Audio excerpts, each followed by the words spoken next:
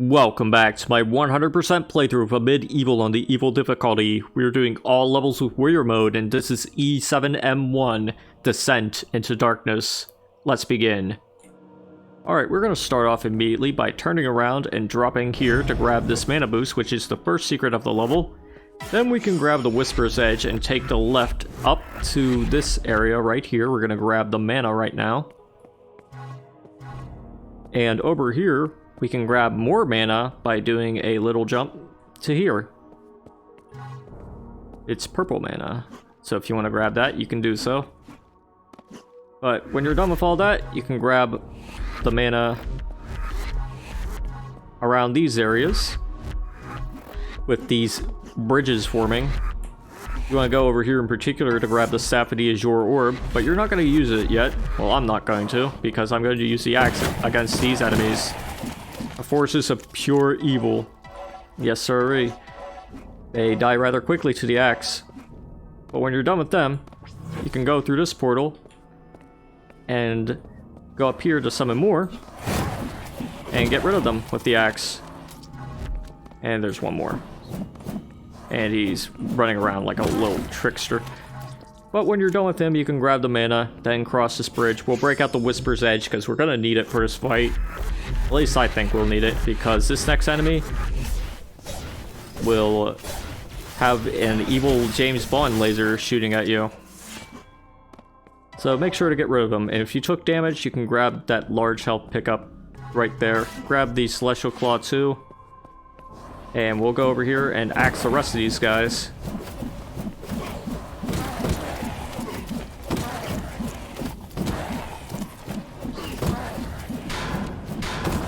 Yeah, you can be reckless. I know what you're thinking.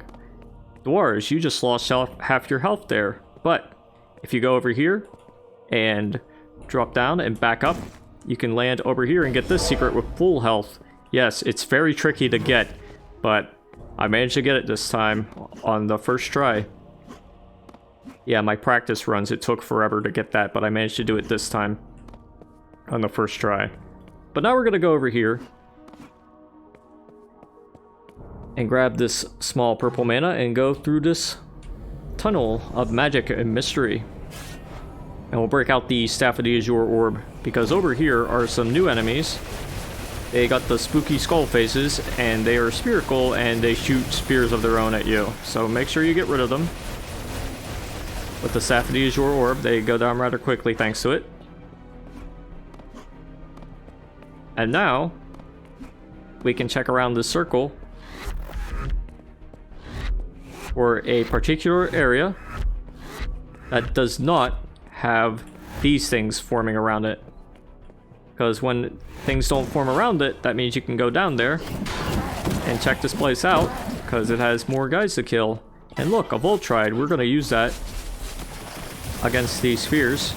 See if we can get the overkill on at least one of them.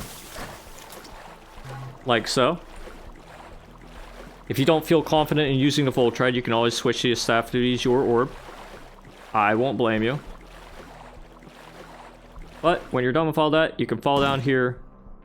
And I mean all the way down. Now we're going to get all these guys over here. See if we can get some overkill on at least one of them. Maybe two.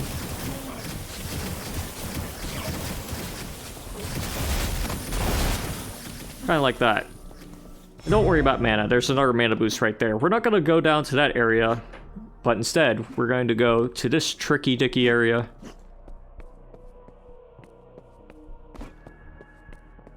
You want to jump on these spheres. And your timing has to be just right in order to get it. Yeah. If you don't feel patient, you can always planet jump. Like so.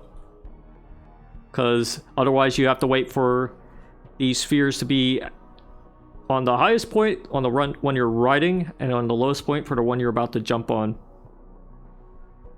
It's all in the timing. And timing's really annoying, but you know. There's only so much you can do about that. But when you're done, you can grab the full purple mana, and then you can make your way back to here. And we can finally go into this area. Yeah, that secret just gave you full purple mana. And we're gonna finish this guy off with green mana.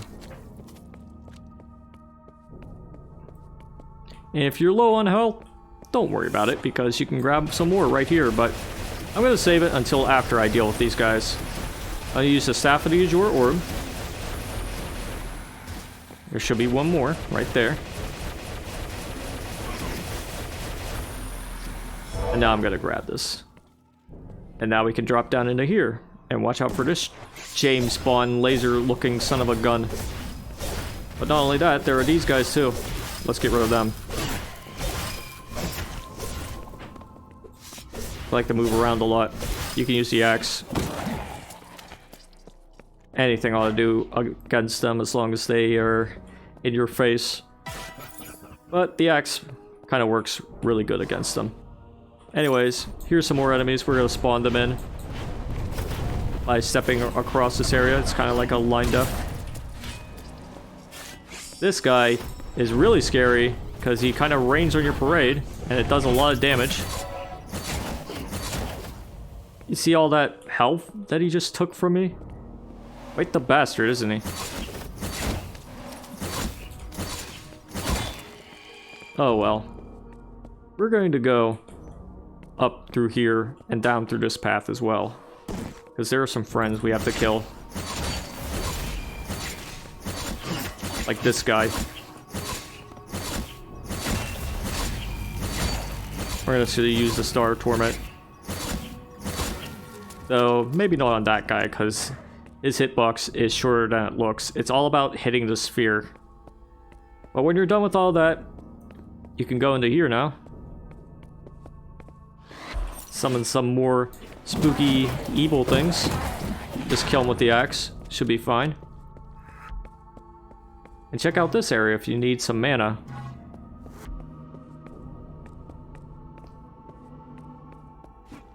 Now, this area down here is the place you would have gone to if you went straight into this path. They both lead into the same areas eventually, as you can see.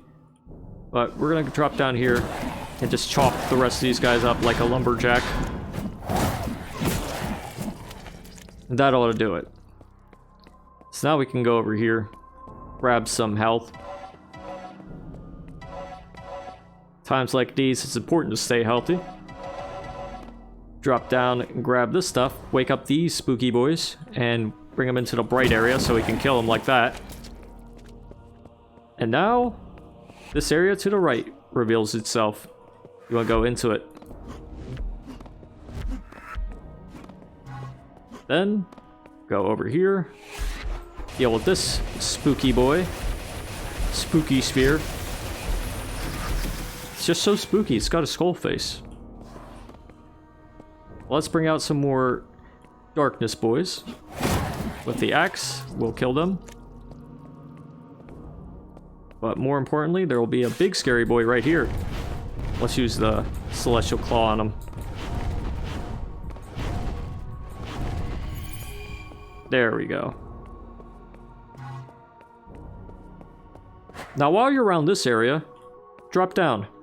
And you'll get the secret with a mana boost. And when you're done with that, just go into there, and you'll be sent back to this area. Now, in case you want to backtrack, you can do that. If you want to go up to that area, if you haven't gone up there yet, you can do that. But there's only so much backtracking you can do. Because there are several points of no return, and I'll show you one very shortly. In a little bit, I'm going to show off the soul power. Because there's another set of enemies here that will probably need it. At least one of them will.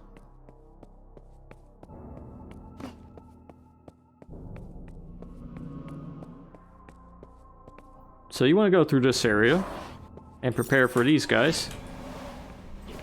We're going to fight them mano a mano. Except for another enemy who we will not be fighting mano a mano. But definitely these guys. Because they are slippery bastards and they like to move around a lot. But the axe draws them in, so that's good. This guy. I saved it just for you, friend. Now we're gonna go through this area. To be sent spiraling towards this series of platforms. We're gonna jump on them, like so. And if you fall, you'll just be sent back. It's no big deal. What it is a big deal are these guys over here. You want to get rid of each and every one of them. Then you can use these areas like platforms if you want. But all that matters is make your way through this area. And then you can grab the Eternum. And then you can leap. We're gonna use it right now. Yeah, that works nicely, doesn't it? Just like the axe works nicely on these guys. But not all of them. Because there's only so many of them that you can handle with the axe. Because those projectiles, they will throw them and they will sting in mass. But when you're done with all that, you can just make your way over here to grab small purple mana to make up for the shot that you just used up. Grab some health too. And you should be good to go for this encounter.